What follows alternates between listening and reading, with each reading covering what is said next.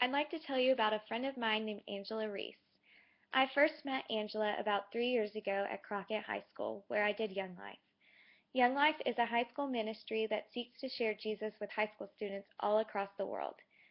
I had moved schools from one school to Crockett High School where Angela went, and on my first day I met Angela.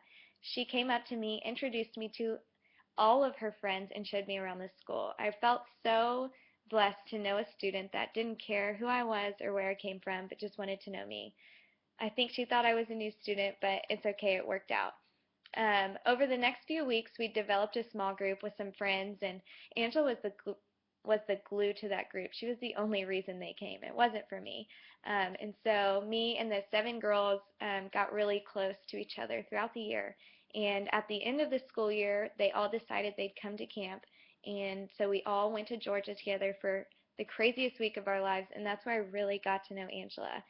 Angela was from a crazy family from all different parts, and her mom was at this time incarcerated, and I don't know why she went to prison, but she'd been there for the previous 5 years. And Angela had 5 younger siblings, and the youngest of which had been, or no, the oldest, sorry, had been born in prison. And to know that she had all these different siblings from different dads, and one was born in prison, and her mom had been in prison for a while, was just so crazy to me. I would have never known because Angela carried herself with such joy and such confidence.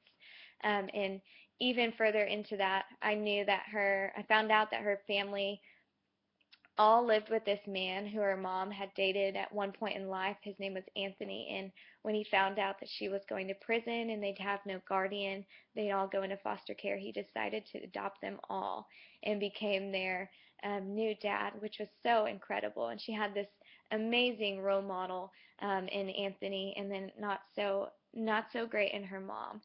And one day I'd seen on Angela's arms all these scars on her body, and they looked like she'd been burned. And so I asked her where they'd come from. And so she told me that her mom, when Angela was 8, had decided that she wanted to get rid of a tattoo on her arm. And so her mom bought something online that said it would remove tattoos. So basically, what it does is creates a scar. It just eats at the skin. And so her mom tested it out on Angela's entire arms. And so they were completely scarred up from her mom. And I asked her, does that hurt you, or how do you feel like thinking about that? And she said, I love my mom no matter what she does to me. I didn't always feel that way, but in that moment I knew that Angela had a love for people that was unlike anything else. She was able to meet people no matter where they were, no matter what they did to her, or no matter where they were going, and she loved them.